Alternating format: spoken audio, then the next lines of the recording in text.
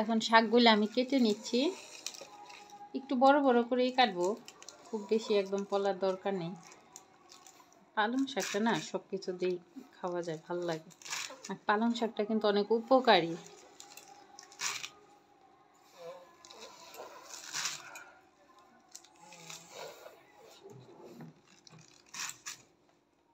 ওই দেখেন আমার ইঁদুরে নিচ্ছে, ওই যে ইঁদুর কি করছে সব কিছু ফেলে। এগুলা কেটে, শাকটা কেটে তারপরে আমি ঘরটা পরিষ্কার করবো। ওই দেখেন হাত দিয়ে নিতেছে, দেখা যাচ্ছে তার হাত। আর আমার মেয়েকে ধরাইছি ক্যামেরা, আপনাদের তো আগেই বলেছি আমি এখনো ওইরকম সেট আপ কিছু করতে পারিনি, ধরে ধরেই ক্যামেরা দিয়ে করতে হয়। আসলে গৃহিণীরা সংসারে সব কিছু বুঝেই নিজের জন্য একটু চেষ্টা করতেছি কিছু করা। তো আপনারা অবশ্যই পাশে থাকবেন, তাহলেই হয়তো আগাতে পারবো, না হলে আর সম্ভব না।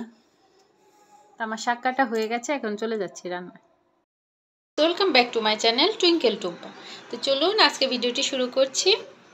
এখানে আমি পালং শাক কুচি করে কেটে নিয়েছি, ওই যে দেখাইলাম আপনাদের। তো এখানে মলা মাছ নিয়েছি, দেখেন মলা মাছগুলো একদম চকচক করতেছে। আর এখানে ছোট ছোট দুইটা পেঁয়াজ, কয়টা কাঁচামরিচ ফালি করে নিয়েছি। আর এখানে কয়েকটা নতুন আলু আমি কেটে টুকরো করে নিয়েছি। আর এদিকে আমি কড়াইয়ে তেলও বসিয়ে দিয়েছি। আর মাছগুলো এখন আমি একটু হলুদ, লবণ আর একটু মরিচের গুঁড়া দিয়ে মেখে নিব। প্রথমে লবণ দিয়ে দিচ্ছি, এরপরে একটু হলুদ দিয়ে দিব, আর দিয়ে দিব আমি একটু শুকনো লঙ্কার গুঁড়ো। একটু শুকনো লঙ্কার গুঁড়ো দিবেন মাছগুলোর মধ্যে, তাহলে দেখবেন খুব ভালো লাগে। মেখে নিচ্ছে আমি এখন পেঁয়াজ আর কাঁচামরিচগুলো তেলে দিয়ে দিচ্ছি।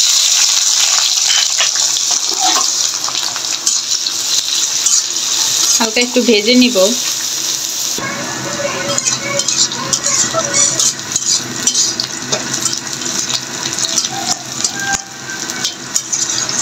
পেঁয়াজগুলো একটু লাল লাল করে ভেজে নিব।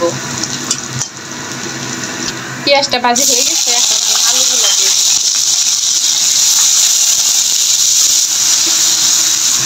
এরপরে একটু হলুদ দিয়ে দিলাম, একটুখানি লঙ্কার গুঁড়ো,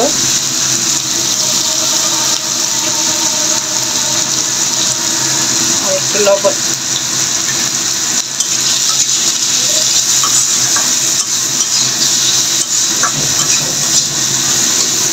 আর একটুখানি জল দিয়ে দিচ্ছি।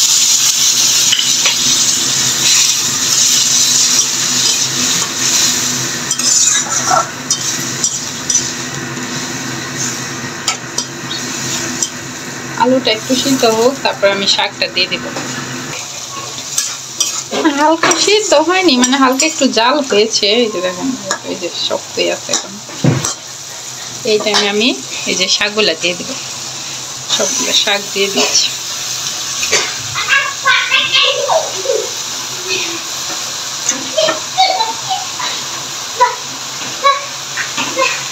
শাকের একটা বিষয় কি জানেন, কাটতে দেখা যায়, ধুইতে বাছতে দেখা যায়, রান্না করলে আর দেখা যায়। আমি সবগুলো দিয়ে দিই। এখন দেখা যাচ্ছে না অনেকগুলো, একটু পরে দেখবেন যে আর খুঁজে পাওয়া যাচ্ছে না, মানে তখন আলুই দেখা যাবে, শাকটা আর দেখা যাবে না। তাই একটু শাক বেশি দিতে হয়। আর এই টাইমে যখন যে সিজন থাকে, ওই সিজনে যেগুলো পাওয়া যায় এগুলো বেশি বেশি করে খাওয়ার চেষ্টা করবেন। কারণ সিজন চলে গেলে হয়তো বা চাষ হয়, বাজারে কিনতেও পাওয়া যায়, তো ওইগুলো তো অনেক সময় কি আপনার যে বেশি করে সার টার দিয়ে ফলায়।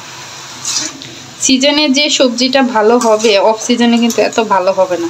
তো ওইটার পিছনে আর্টিফিশিয়াল অনেক কিছুই লাগে, সারটার বেশি পরিমাণে লাগে। দেখেন কালারটা কত সুন্দর লাগতেছে না, একদম গ্রিন। আমার কাছে না সবজির নিজস্ব কালারটা থাকলে খুব ভালো লাগে।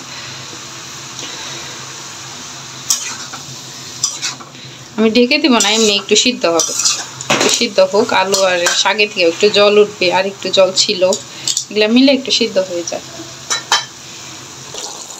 এই যে দেখুন বলেছিলাম না আলুই দেখা যাবে, জল উঠেছে অনেকটা।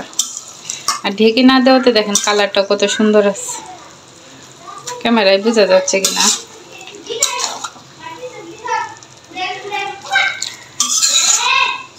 শাক তো সিদ্ধ হতে বেশি সময় লাগবে না, জলটা একটু শুকিয়ে গেলে হবে।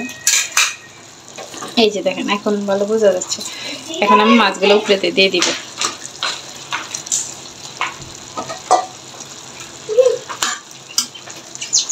মোলা মাছের মধ্যে একটা চাপিলা মাছও ছিল, এই যে দেখেন ওগুলা সস্তায় এনেছিল।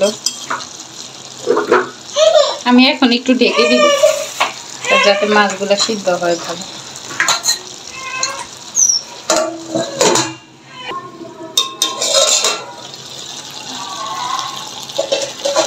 দেখুন ঢেকে দেওয়াতে আরো কত জল উঠেছে, আমি এক ফোঁটাও জল দিইনি।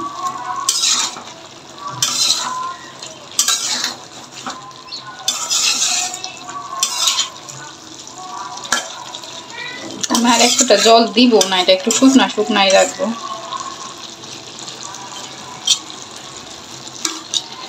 আর একটু সিদ্ধ হবে।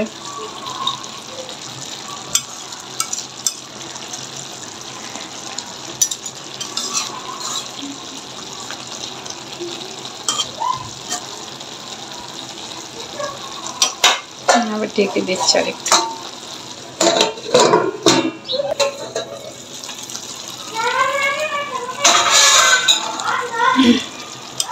এই দেখেন কত সুন্দর হয়েছে না, তবে একটু ঝোল আছে,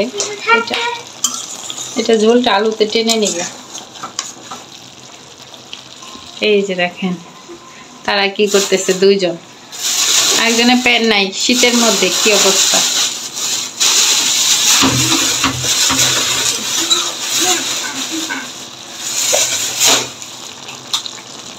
এই যে হয়ে গেছে, আমি এখন জলটা অফ করে দিব।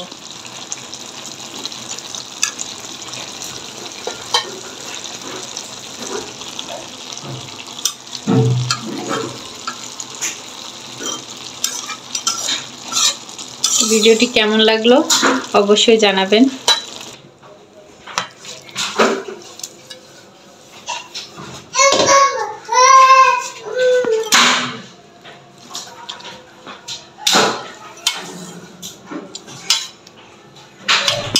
প্রচুর ধোয়া উঠতেছে।